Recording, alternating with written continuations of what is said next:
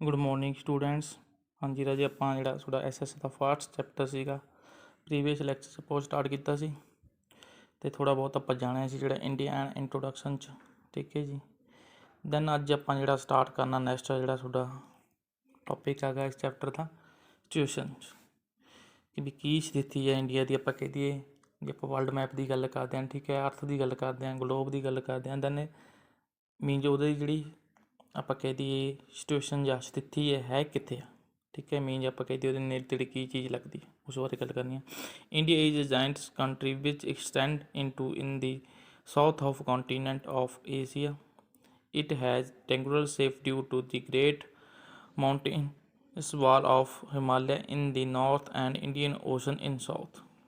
ਇਹ ਹੈ ਜੀ ਜਿਹੜਾ ਆਪਾਂ ਕਹਿ ਦਈਏ ਏਸ਼ੀਆ ਆਪਣਾ ਕੌਂਟੀਨੈਂਟ ਆ, ਉਹ 'ਚ ਕੀ ਆ ਜਿਹੜੀ ਇਹਦੀ ਲੋਕੇਸ਼ਨ ਕੀ ਹੈਗੀ, ਸਾਊਥ 'ਚ ਹੈ। ਠੀਕ ਹੈ, ਅਤੇ ਜਿਹੜੀ ਸ਼ੇਪ ਹੈ ਇੰਡੀਆ ਦੀ ਕਿੱਦਾਂ ਦੀ ਆ, ਟ੍ਰੈਂਗੂਲਰ। ਠੀਕ ਹੈ ਰਾਜੇ, ਇਹ ਧਿਆਨ 'ਚ ਰੱਖਿਓ ਟ੍ਰੈਂਗੂਲਰ ਸ਼ੇਪ ਆ ਗਈ। ਕਈ ਵਾਰ ਇਹ ਆਬਜੈਕਟਿਵ ਟਾਈਪ ਕੁਐਸਚਨ ਜਿਹੜਾ ਤੁਹਾਨੂੰ ਪੁੱਛ ਲਿਆ ਜਾਂਦਾ।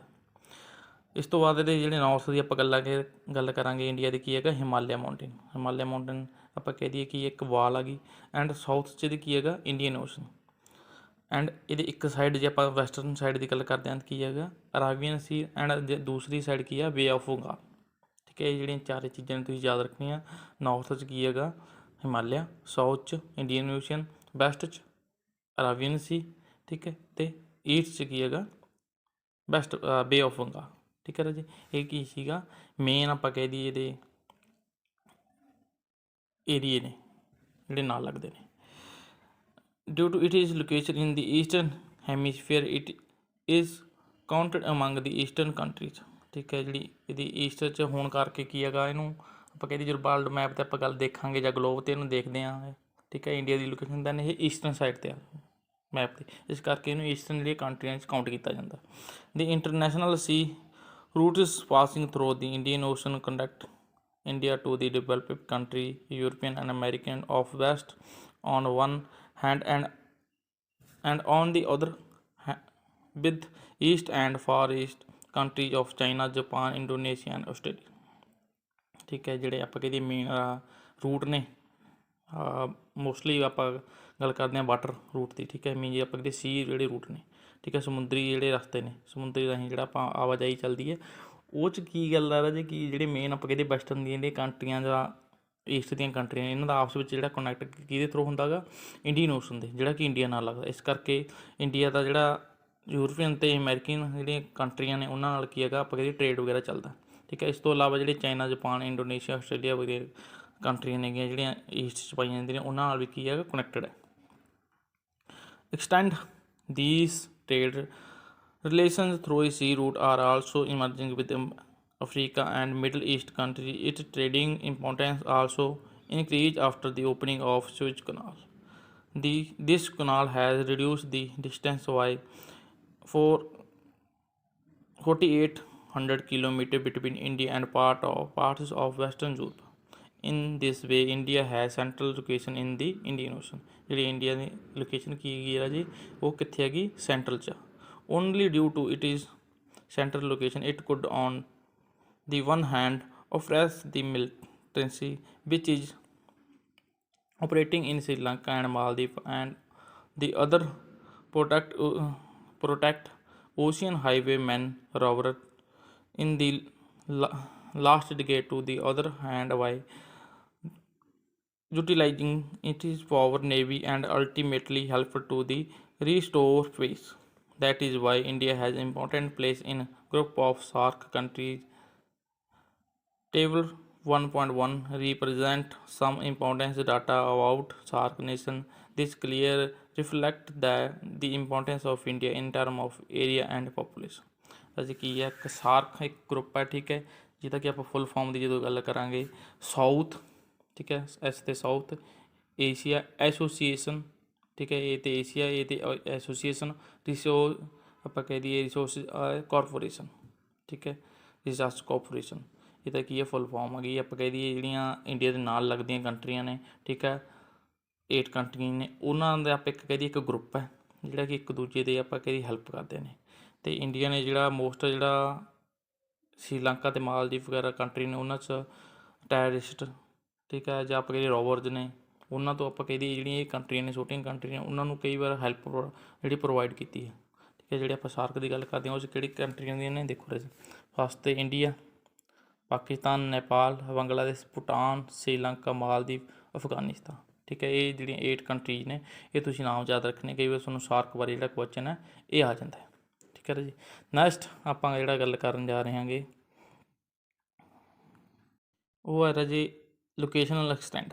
ਠੀਕ ਹੈ, ਜਦੋਂ ਆਪਾਂ ਐਗਜੈਕਟ ਲੋਕੇਸ਼ਨ ਕਿਸੇ ਕੰਟਰੀ ਦੀ, ਕਿਸੇ ਪਲੇਸ ਦੀ, ਠੀਕ ਹੈ, ਅਰਥ 'ਤੇ ਦੇਖਣੀ ਹੈ ਵੀ ਕਿੱਥੇ ਇਹ ਜਗ੍ਹਾ, ਦੈਨ ਆਪਾਂ ਗਲੋਬ ਦੀ ਵਰਤੋਂ ਕਰਾਂਗੇ। ਠੀਕ ਹੈ, ਗਲੋਬ ਨੂੰ ਯੂਜ਼ ਕਰਕੇ ਆਪਾਂ ਇਹ ਚੀਜ਼ ਦੇਖ ਸਕਦੇ ਹਾਂ ਵੀ ਐਗਜੈਕਟ ਲੋਕੇਸ਼ਨ ਕੀ ਆ। ਉਹ ਹੈਲਪ ਕਰੂਗਾ ਆਪਾਂ ਨੂੰ ਕਿਸੇ ਪਲੇਸ ਨੂੰ ਫਾਈਂਡ ਆਊਟ ਕਰਨ ਲਈ ਗਲੋਬ 'ਤੇ। ਉਹ ਹੈਲਪ ਕਰਨਗੇ ਆਪਾਂ ਨੂੰ ਲੈਟੀਟਿਊਡ ਅਤੇ ਲੌਂਗੀਟਿਊਡ।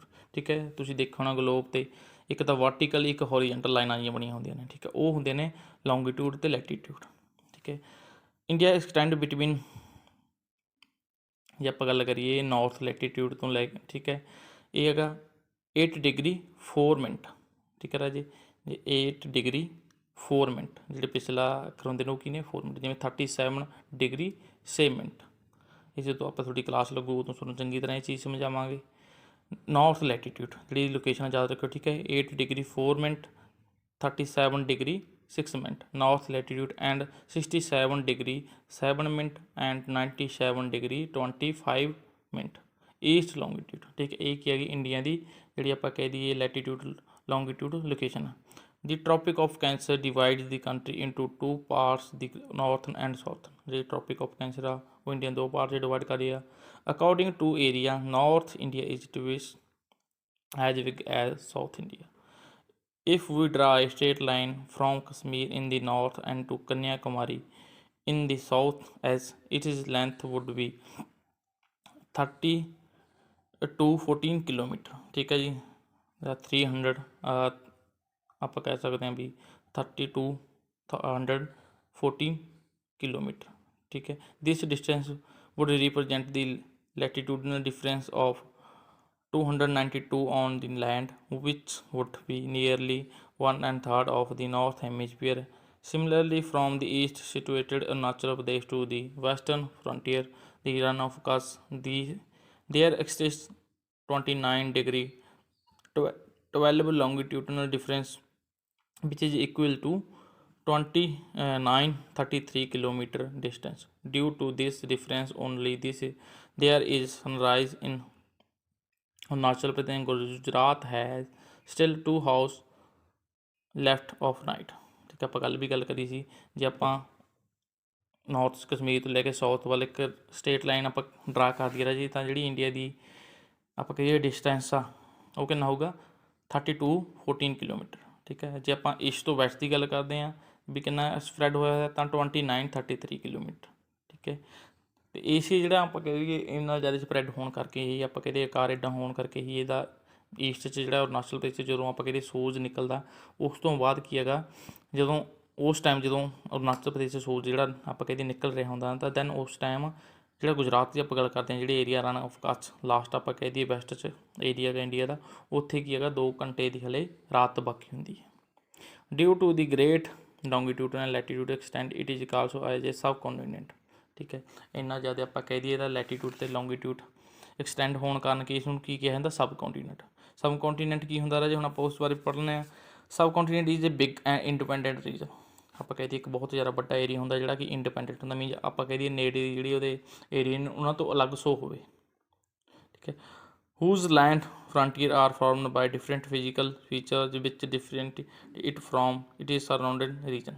ਠੀਕ, ਹੁਣ ਆਪਾਂ ਪੜ੍ਹਿਆ ਸੀਗਾ ਪਹਿਲਾਂ ਲਾਸਟ ਪੜ੍ਹ ਕੇ ਹਟੇ ਆਪਾਂ ਵੀ ਨਾਰਥ 'ਚ ਇਹਦੇ ਹਿਮਾਲਿਆ ਮਾਊਂਟੇਨ ਹੈ, ਸਾਊਥ 'ਚ ਇੰਡੀਅਨ ਓਸ਼ਨ ਹੈ, ਵੈਸਟ 'ਚ ਜੇ ਆਪਾਂ ਗੱਲ ਕਰਦੇ ਹਾਂ ਅਰਾਬੀਅਨ ਓਸ਼ੀਅਨ ਹੈ।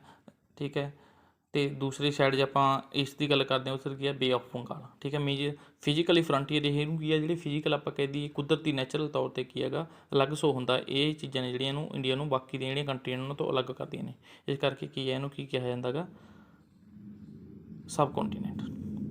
India is separate from Tibet in the north by Aghil ਮੁਟਿਸ Kunlun Karakoram Hindu Kush Zaskar mountains range beyond Himalaya. ਠੀਕ ਹੈ, ਜਿਹੜੀਆਂ ਇਹ ਰੇਂਜ ਨੇ ਉਹਨੂੰ ਨਾਰਥ 'ਚ ਆਪਾਂ ਕਹਿ ਦਈਏ ਸੈਪਰੇਟ ਕਰਦੀਆਂ ਨੇ, ਅਲੱਗ ਕਰਦੀਆਂ ਨੇ। ਜੇ ਆਪਾਂ ਇਹਦੀ ਸਾਊਥ ਦੀ ਗੱਲ ਕਰਦੇ ਬਾਈ ਸ਼੍ਰੀਲੰਕਾ ਥਰੂ ਪਾਕ ਸਟੇਟ। ठीक है। जे साउथ च गल करांगे तो साउथ च ਜਿਹੜੀਆਂ पाक स्टेट है श्रीलंका ते इंडिया ਦੇ ਵਿਚਕਾਰ ਉਹ ਕੀ ਹੈਗਾ, ਉਹ श्रीलंका ਤੇ इंडिया ਨੂੰ ਅਲੱਗ-ਅਲੱਗ ਕਰਦੀ ਹੈ। ਦੀ Gulf of Mannar it is the in the east by Arkanzoma which separate it from Myanmar, Burma, and in the west by Pakistan through the Great Thar Desert. Because of its huge area different cultural, economic and social diversity are found in India. ਕੀ ਹੈ ਰਾਜੀ ਦੇਖੋ south 'ਚ ਆਪਾਂ north ਦੀ ਗੱਲ ਕਰਾਂਗੇ, Himalaya mountain ਜਿਹੜੇ ਰੇਂਜਿਸ ਨੇ ਠੀਕ ਹੈ, ਜਿੱਦਾਂ ਚੱਲ ਉਹ ਅਜਲ ਹੋ ਗਈ ਹੈ ਠੀਕ ਹੈ, ਕਰਾਕੁਰਮ ਹੋ ਗਿਆ, ਕੁੱਲਨ ਹੋ ਗਿਆ, ਹਿੰਦੂ ਕੁਸ਼ ਜਸਕਰ ਹੋ ਗਿਆ, ਇਹ ਸਾਰੀਆਂ ਕੀ ਨੇ ਇਹਨੂੰ ਸੈਪਰੇਟ ਕਰਦੀਆਂ ਨੇ ਨੌਰਥ ਤੋਂ ਠੀਕ ਹੈ। ਜੇ ਆਪਾਂ ਸਾਊਥ ਦੀ ਗੱਲ ਕਰਦੇ ਹਾਂ ਸ਼੍ਰੀਲੰਕਾ ਤੋਂ ਇਹਨੂੰ ਸੈਪਰੇਟ ਕਰੂਗੀ ਪਾਕ ਸਟੇਟ। ਜੇ ਆਪਾਂ ਵੈਸਟ ਦੀ ਗੱਲ ਕਰਾਂਗੇ ਦੈਨ ਇੱਧਰ ਕੀ ਹੈਗਾ ਜਿਹੜਾ ਥਾਰ ਡੈਜ਼ਰਟ ਆ ਇਹਨੂੰ ਪਾਕਿਸਤਾਨ ਤੋਂ ਥਾਰ ਡੈਜ਼ਰਟ ਆਪਾਂ ਨੂੰ ਪਤਾ ਕਿੱਥੇ ਪਾਇਆ ਜਾਂਦਾ ਠੀਕ ਹੈ, ਰਾਜਸਥਾਨ 'ਚ ਪਾਇਆ ਜਾਂਦਾ। ਇਸ ਕਰਕੇ ਕੀ ਹੈ ਲਾਸਟ ਜਿਹੜਾ ਇੱਧਰ ਆਪਣੀ ਸਟੇਟ ਆ ਉਹ ਕੀ ਹੈਗੀ ਵੈਸਟ ਸਾਈਡ, ਉਹ ਕੀ ਹੈਗੀ ਰਾਜਸਥਾਨ ਠੀਕ ਹੈ। ਰਾਜਸਥਾਨ ਆਪਾਂ ਨੂੰ ਕੀ ਇੱਥੋਂ ਇਹਨੂੰ ਡਿਵਾਈਡ ਕਰਦੀ ਹੈਗੀ ਪਾਕਿਸਤਾਨ ਤੋਂ। ਜੇ ਆਪਾਂ ਈਸਟ ਦੀ ਗੱਲ ਕਰਦੇ ਹਾਂ ਜਿਹੜੀ ਉਹ ਕੀ ਅਰਕਨਜੋਮਾ ਕਿੱਥੋਂ ਇਹਨੂੰ ਡਿਵਾਈਡ ਕਰਦੀ ਹੈ ਬਰਮਾ ਜਾਂ ਮਿਆਂਮਾਰ ਤੋਂ ਠੀਕ ਹੈ। ਸਾਰੇ ਜਿਹੜੇ ਏਰੀਏ ਨੇ ਇਹ ਕੀ ਹੈ ਇੰਡੀਆ ਨੂੰ ਆਲੇ ਦੁਆਲੇ ਜਿਹੜੇ ਏਰੀਏ ਤੋਂ ਅਲੱਗ ਕਰਦੇ ਨੇ। ਬਟ